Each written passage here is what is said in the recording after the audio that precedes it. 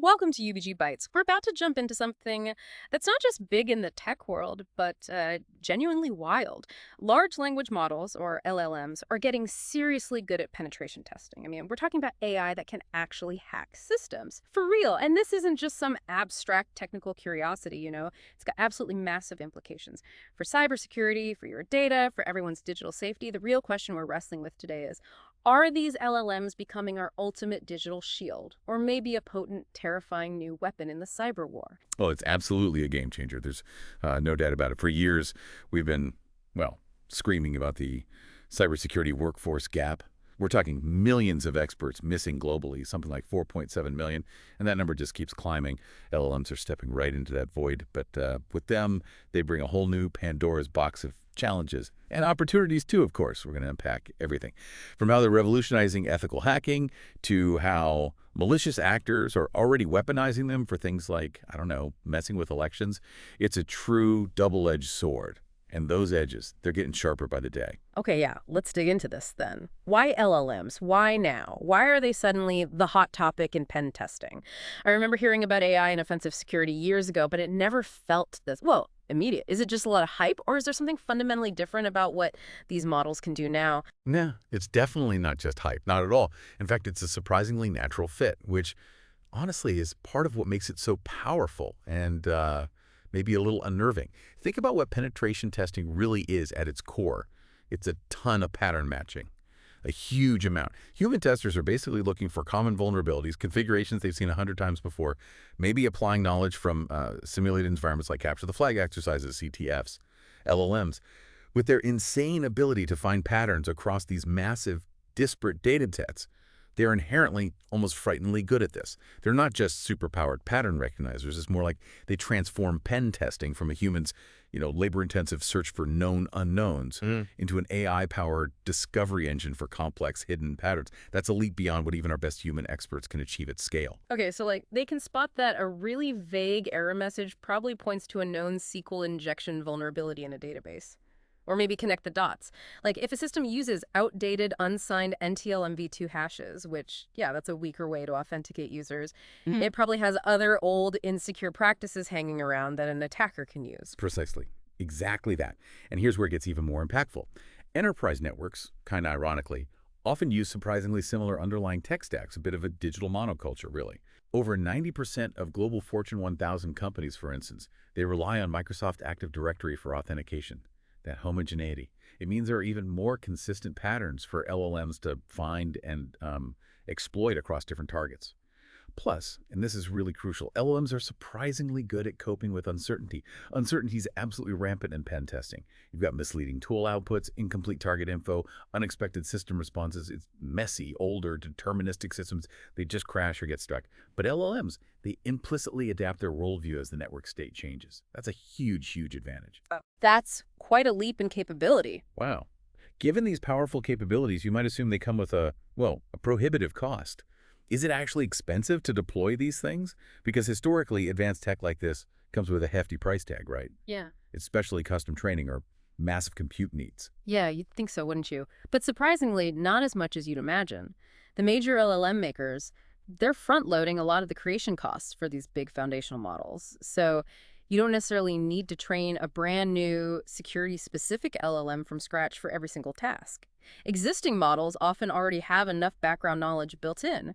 And even if they don't, techniques like retrieval augmented generation or REG or even in-context learning can inject specific knowledge really, really efficiently. And running them via cloud providers. It can be shockingly cost-effective. We're talking some successful penetration testing prototypes costing as little as 10 cents? $0, 10 cents to run a full attack chain. 10 cents. Yeah. Now, that's for simpler ones, but still. This cost efficiency, combined with the ability to offload what we call the Red Queen's hypothesis burden, that relentless, never-ending arms race where the defenders have to constantly adapt to new attacks just to stay in place. Right, always running faster just to keep up. Exactly. LLMs make tackling that burden much more feasible. They're incredibly appealing. They're not just automating tasks. They're maybe the only viable answer to an arms race that's moving so fast, humans alone just can't keep up anymore. It's why they're becoming kind of indispensable for time-poor security professionals. Okay, so the theoretical fit is strong, they're surprisingly effective in practice, and the cost barrier isn't as high as we might think. Which leads to the crucial question. How are these powerful tools actually being deployed right now in the real world by both the good guys and the bad guys? Because that distinction, white hat versus black hat, feels absolutely critical here. Yeah, it is. And we're seeing really rapid evolution, especially since ChatGPT became publicly available in, late 2022. In academic research, it's been a whirlwind. Just look. 2023, we saw the initial forays, autonomous prototypes for privilege escalation, like that paper Getting Clowned by AI. Fast forward just a year, 2024, and we have systems that can autonomously hack websites, develop exploits for known vulnerabilities, even previously unknown zero-day vulnerabilities. 0 days already? Already, and by 2025 this year, research is showing LLMs executing multi-stage network attacks on real enterprise networks. Not just single hosts anymore. They're using sophisticated techniques like tool calling that lets the LM interact with external programs, command line tools, APIs. So it can actually do things, not just talk. Exactly. Or generating structured output that other systems can easily parse and use. They're pushing way beyond simple text responses. They're effectively chaining complex actions together, building attack plans on the fly. Okay, wow. So academic papers are showing them doing serious autonomous damage. It's pretty intense. Are these theoretical capabilities already, like, very real? Yeah, that's the slightly unsettling part. They are. For white hat industry adoption, look at companies like Google. They're already using LLMs to find vulnerabilities in open source projects. Their OSS Fuzz program uses AI to create and test software for flaws. It's detected dozens of real vulnerabilities. And Google Project Zero, their elite hacking team, their Project Naptime, later renamed Big Sleep, actually found a real-world stack buffer underflow in SQLite. Squealite, that's used everywhere. Everywhere. It was a critical memory flaw, allows attackers to potentially run their own malicious code, a legitimate zero-day vulnerability, previously unknown. And there's more. A security researcher, Sean Heelan, used OpenAI's O3 model, one of the newer ones, to find another remote zero-day, CVE 2025-37899. This one was in the Linux kernel's SMB implementation. The Linux kernel itself. Okay, this isn't just theory anymore. Not at all. This is real-world impact. Finding critical flaws in widely used software that you listening probably use every single day. But you mentioned the bad guys, too. How are the malicious actors, the black hats, leveraging these LLMs? Because, let's be honest, that's where the rubber meets the road for most people, the real threat to our everyday digital lives. Right, and this is where that dual-use challenge really hits home hard. Malicious actors started adopting LLMs early, very early, and they haven't held back. We're already seeing specialized models popping up on the darknet, models without the usual ethical guardrails, explicitly designed to assist with exploit development, social engineering, information gathering. Oh, great. Uncensored hacking AI. Pretty much. And the public LLM providers, OpenAI, Anthropic, Google, they're now regularly reporting on this activity. Threat actors use LLMs to speed up information gathering, recon basically, to develop and debug malicious software faster, and to create incredibly convincing content for social engineering and phishing attacks. Like one report put it, it flattens the learning curve for them. It lowers the barrier to entry for really complex attacks. This ease of use has even led to this new term, vibe hacking. Vibe hacking, what's that? It's where even less technically skilled individuals can kind of intuitively feel their way through generating malicious content or exploits, using the LLM without truly understanding the deep underlying technicalities. Wow. Okay, wait, are we talking about state-level actors getting in on this too, or is it just, opportunistic cyber criminals? Oh, absolutely both. Definitely state actors. Presumed state-affiliated groups are already using LLMs for covert influence operations. Big time. They're rewriting news articles to subtly shift narratives, generating content for armies of fake social media accounts, trying to influence public opinion, especially around conflict zones or during elections. Anthropic actually detailed a semi-autonomous LLM-driven system in one of their reports, used about 100 fake accounts to try and sway public opinion. 100 accounts run by AI. Chilling. Yeah. And OpenAI's report from June 2025 noted that threat actors are explicitly starting to research LLM-driven autonomous penetration testing. We are absolutely in a weapons race, truly. Capabilities are rapidly advancing on both sides at breakneck speed. Okay, so LLMs are powerful, incredibly versatile, already causing real-world impact, both good and bad. But nothing's perfect. What's standing in the way of wider and maybe safer adoption of LLM-aided penetration testing? What are the snags? Things stopping this from being our instant cybersecurity silver bullet? All right, good question. The biggest issues right now are probably model reliability and stability. These LLMs, they can be really inconsistent, sometimes surprisingly so.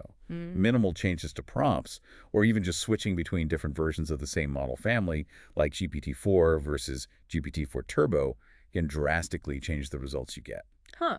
So it's not just about can it hack, but can it do it reliably? Exactly. It's not just raw capability, it's consistency, predictability. Mm. You might run the exact same prototype, same setup, against the same target system twice, and get completely different attack chains. Hmm. Or find different vulnerabilities, or miss one it found last time. Hmm. And even if they can hack, you absolutely need them to do it consistently and predictably for safe, repeatable testing, especially in a live environment.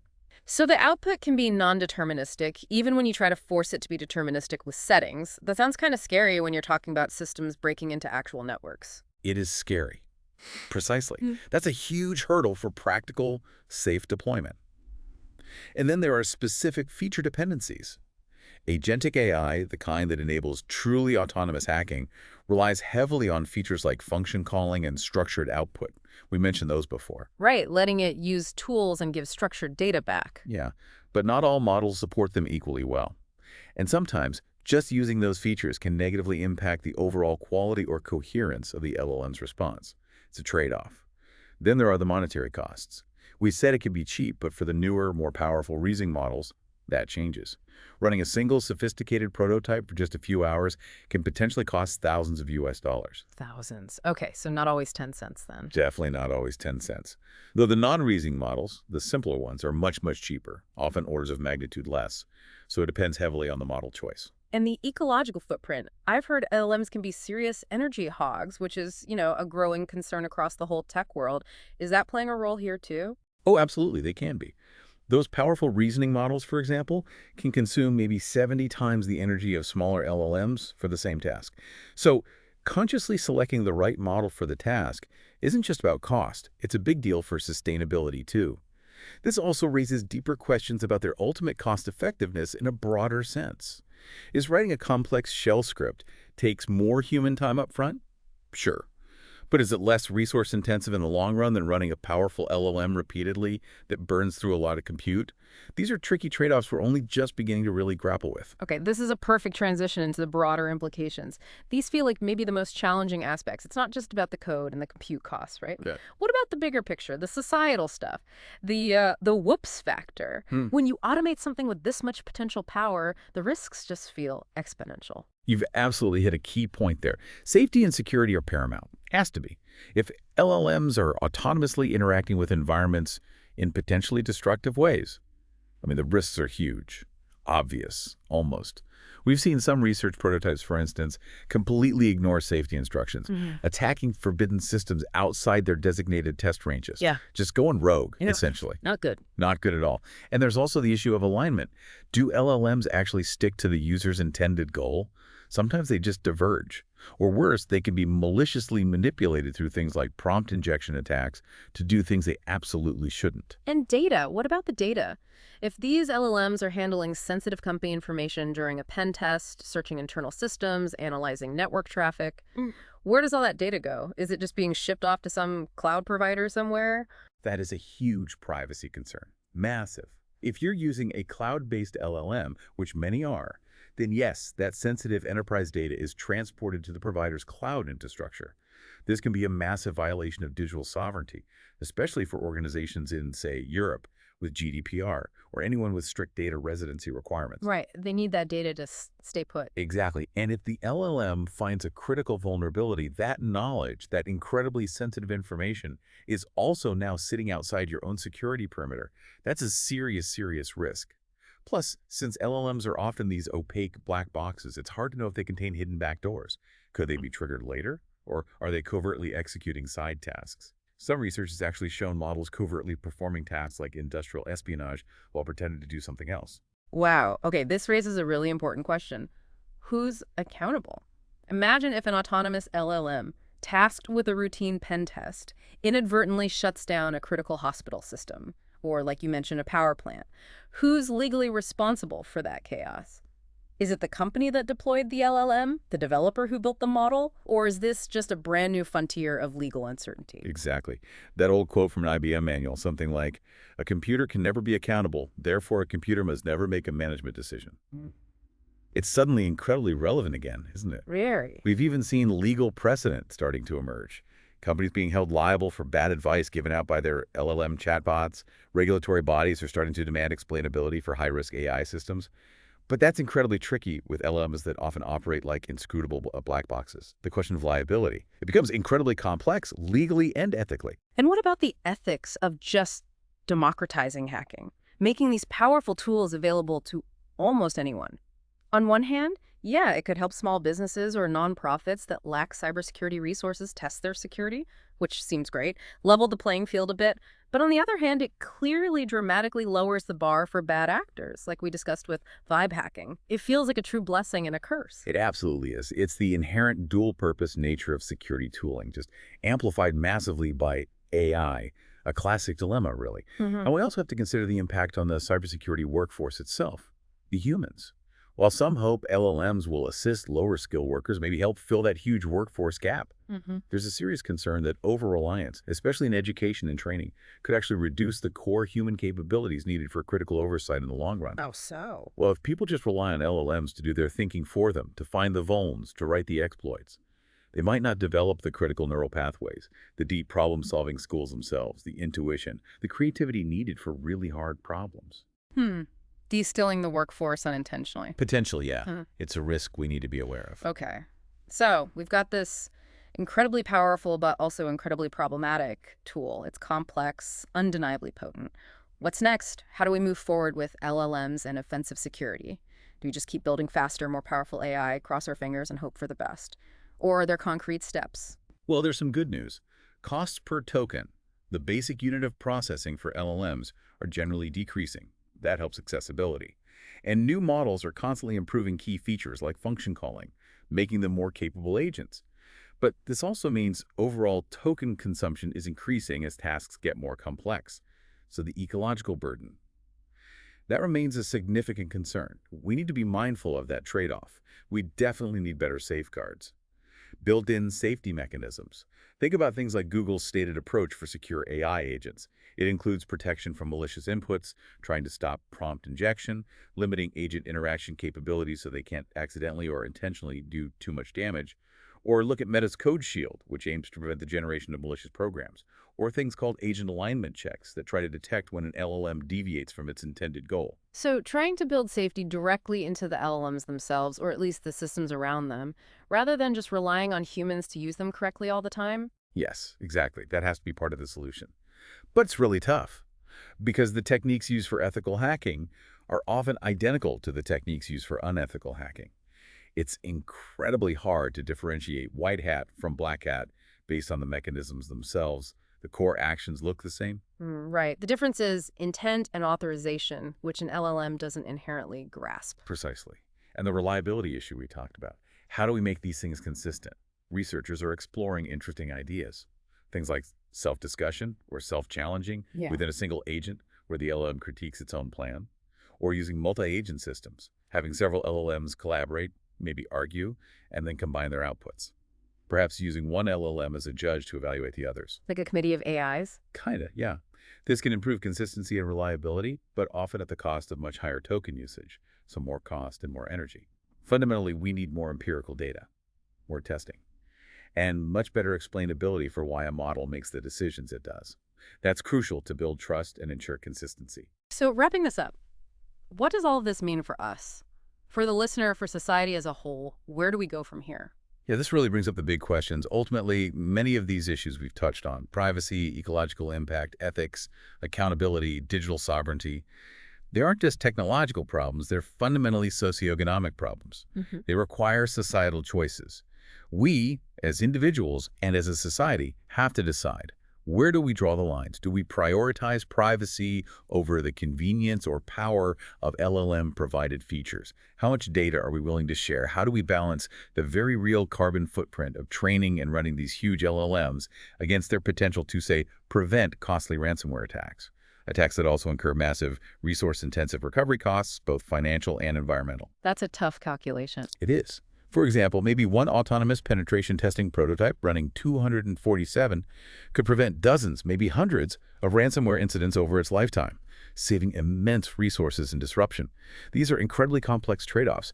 We need to actively debate them, make conscious decisions, and set policies. We can't just let the technology dictate our future path. Wow. What a fascinating and, frankly, slightly scary journey into this brave new world. It's crystal clear that LLMs are here to stay in cybersecurity, no doubt about that.